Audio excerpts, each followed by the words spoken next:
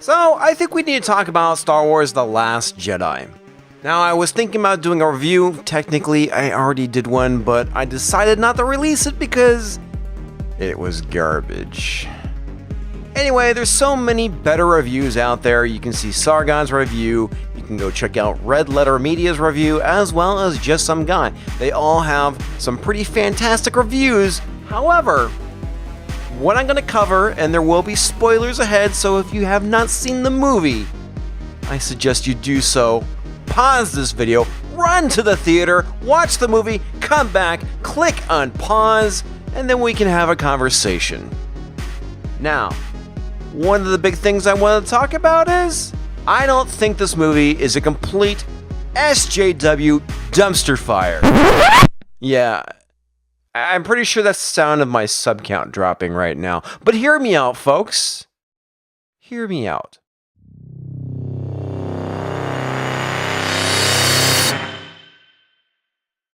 Welcome back, Pixel Nation. Comics Division here, and we're talking about The Last Jedi, and for the record, the movie fucking sucked.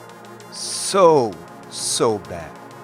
But it sucks for a different reason, not the one that you're probably thinking, SJWs took over Star Wars, and they're ruining everything with feminism.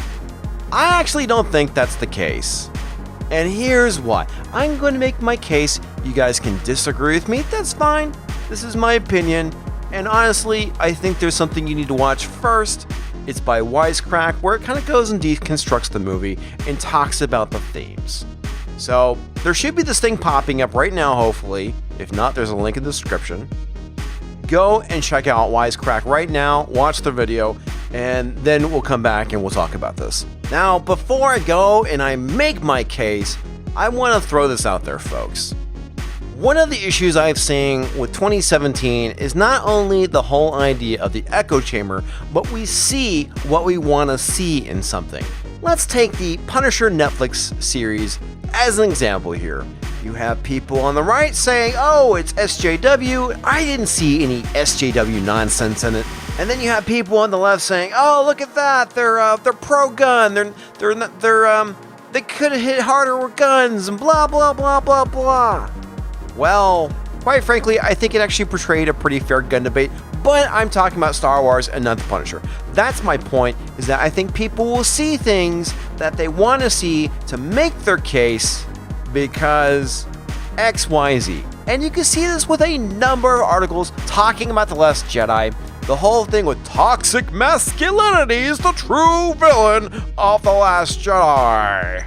And that's coming from Den of Geek. And then there's IO9. You can basically throw a rock and hit an article talking about The Last Jedi, and you have shit like Luke Skywalker is sexually harassing Rey because of the whole blue milk scene, or green milk, or whatever the fuck it is, I don't care. And then you have articles about how awesome Admiral Hodo is, even though she was in the movie for maybe 5-10 minutes, and she wasn't there long enough for you to care about her before she goes and sacrifices herself. Blah, blah, blah, blah, blah, blah, blah. Honestly, folks, what I think we got is simply a perfect storm. You have 2017 with all the SJW stuff going on, the anti-Trump stuff, the pro-Trump stuff. People are seeing what they want to see, and then this movie comes out. It's a little bit different because Johnson does a lot of weird different things, and naturally we see feminist overtones in The Last Jedi. I'll be honest with you, when I saw Admiral Hodo show up with purple hair, I was kind of like, what the fuck? Did feminism just invade this movie? Because I really didn't notice anything beforehand. And now there's this chick, and she has purple hair, and she doesn't look like an admiral. What the fuck? So I did some Googling around, trying to find out what Rian Johnson's political views were. Is he a male feminist? And you know what I found? Absolutely nothing. Sure, there's plenty of articles out there talking about how The Last Jedi is this feminist movie. I don't see anything directly connected to Rian Johnson. And if you can find something, by all means, please put it in the comments and I'll correct myself. But I couldn't find anything. The only thing I could find was how Rian Johnson was not going to put anything political in his film regarding the current climate. And it is absent. I didn't see anything in there. I have talked about this with a few people, and they were looking for some things, and I'm like, no, man, it's not there. There's no Trump allegory. There's no stand and resist against Trump or anything like that. It makes sense. They're the resistance. They're standing against the First Order. The First Order existed before Trump, and they're already kind of Nazi-like, so even go back to the Empire, they were Nazi-like. So what the fuck, dude? I mean, I think people are finding a bunch of shit that doesn't exist, both on the SJW side and the anti-SJW side. This movie is simply just crap.